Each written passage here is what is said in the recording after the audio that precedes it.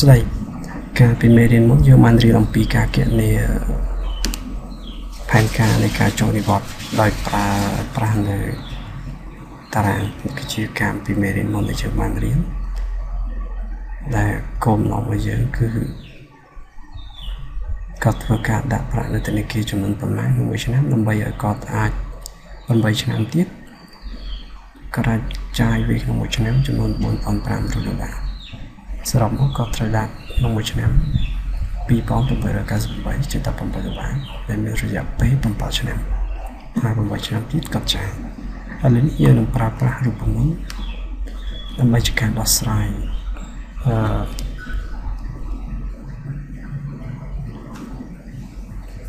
ប្រាក់ annual deposit របស់គាត់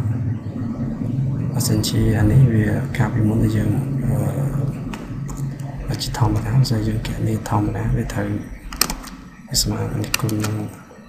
8ឆ្នាំហើយចែកនឹងនេះទឹកប្រាក់ដែលគាត់ត្រូវដាក់វាច្រើនពេកគាត់គិតការប្រាក់ឥឡូវយើងឃើញថាអានេះគឺជា initial deposit តែគាត់ធ្វើការដាក់ប្រាក់នោះចំនួន7ឆ្នាំ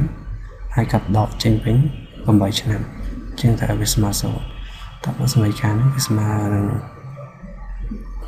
ជាងតែដោយសារហើយទៅអាសមីការនេះស្មើនឹងចេះគឺចំនួនទឹកប្រាក់ដែលគាត់ដកយើងហៅ present value នៅឆ្នាំទី7គាត់ចាប់ផ្ដើមដកពីឆ្នាំទី8វាចាប់ពីឆ្នាំទី8ទៅរហូតដល់រយៈពេល8ឆ្នាំអញ្ចឹងយក present value ទី7ហើយយើងនឹងរក present value នៅឆ្នាំ0អញ្ចឹងបញ្ចុះវា6ឆ្នាំទៀតដែលយើងតាមវាស្មើនឹង numerator ហើយចំណែកអានសមីការខាងនេះវាស្មើនឹង denominator អញ្ចឹងដំបូងយើង discount នេះដោយប្រើ PV present value ដែល rate គឺនៅដដែល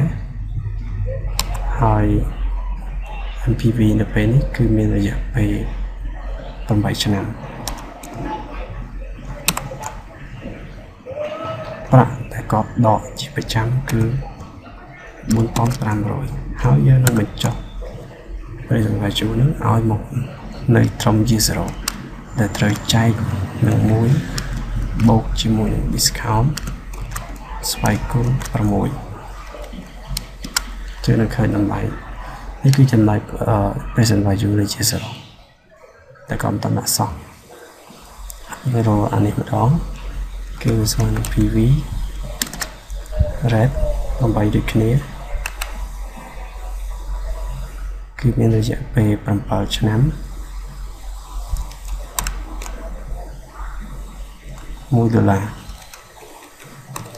ថែម1អញ្ចឹងយើងយកតម្លៃនេះចែកជាមួយនេះគឺជាទឹកប្រាក់ដែលគាត់ត្រូវ deposit នៅក្នុងធនាគារជាប្រចាំឆ្នាំគឺ$2,898.18គឺដូចទៅនឹងការដែលធ្វើតារាងដូចគ្នា